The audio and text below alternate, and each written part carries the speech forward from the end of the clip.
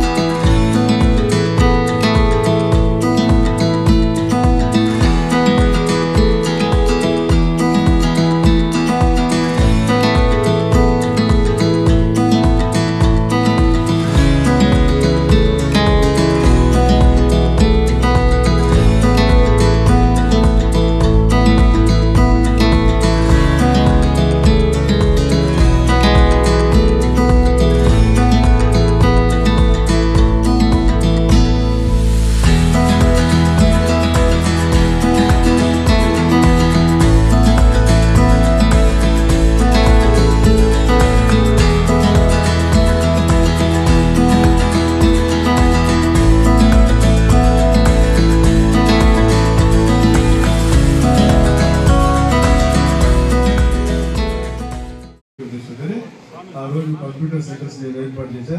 నిన్న 16 చోట్ల ఉంది. తెలంగాణ అయితే మనకు వేరే తెలంగాణలో హైదరాబాద్ పెట్టి మన హైదరాబాద్, వరంగల్, కరీంనగర్, నిజామాబాద్, హైదరాబాద్ ఇన్ని చోట్ల పెట్టా. నేను ఇక్కడ ఇన్ఛార్జ్ మినిస్టర్ చేశాను. హైదరాబాద్లో చాలా పెద్ద కార్యక్రమం చేశాను. మళ్ళీ రాష్ట్రం అంతా ఇది వేరే ఇంట్రొడ్యూస్ చేశాను. కాబట్టి నేను మొదటి చెప్పా, ఏదన్నా కానీ మీ అందరి ఆశస్సులు, మీ ప్రేమ, మీ అభిమానం అది ఉంటేనే ఏదైనా చేయగలుగుతాం. నేను మొదటి చెప్పేది, మినిస్టర్గా ఉంటేనే ఏదైనా చేయగలుగుతాము, ఏమైనా చేయలేము.